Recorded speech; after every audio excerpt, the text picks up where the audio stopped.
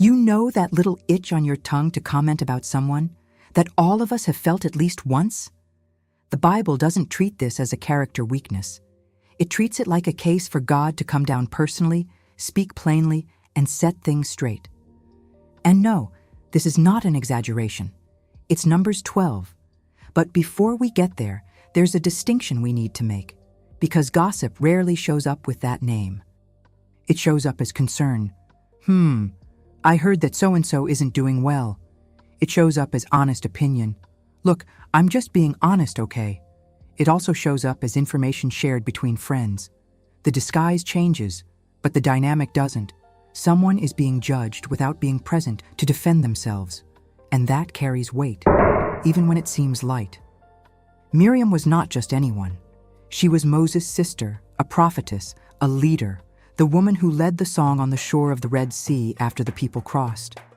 Someone with a real history with God.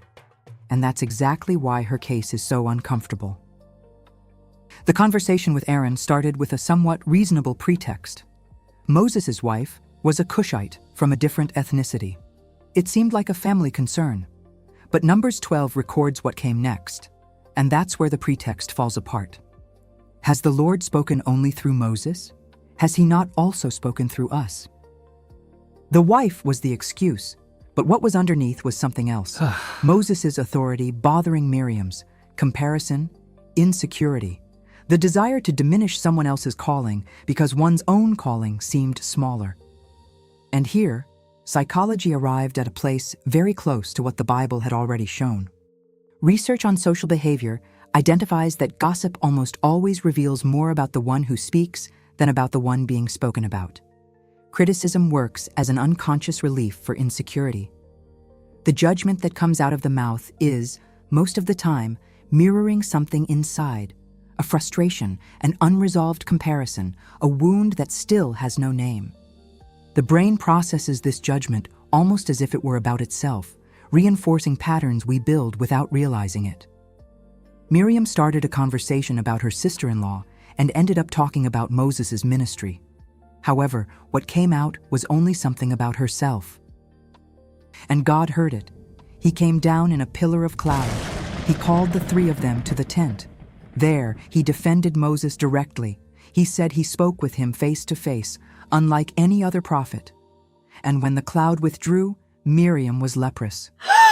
The detail that stands out is not the punishment, but what is recorded before. The Lord heard this. As if the conversation that seemed private never really was. And here is a point that almost gets lost. Moses interceded for Miriam. The one who was betrayed asked for the healing of the one who betrayed him. Aaron confessed the sin for both of them. Miriam stayed outside the camp for 7 days, not as rejection, but as a time for reflection. And she returned. Centuries later, the book of Micah still mentions her alongside Moses and Aaron as a leader sent by God. What was inside her was exposed, but it was also healed. In us, what is not treated doesn't disappear. It keeps coming out under another name, in another conversation, about another person, making those who hear sick, making the one who speaks sick. Miriam had Moses interceding for her, but we won't always have someone like that by our side asking for mercy for a loose tongue. On the other hand, those who carry the name of child of God cannot pretend that words about someone who isn't present are neutral, because the Bible has shown they never were.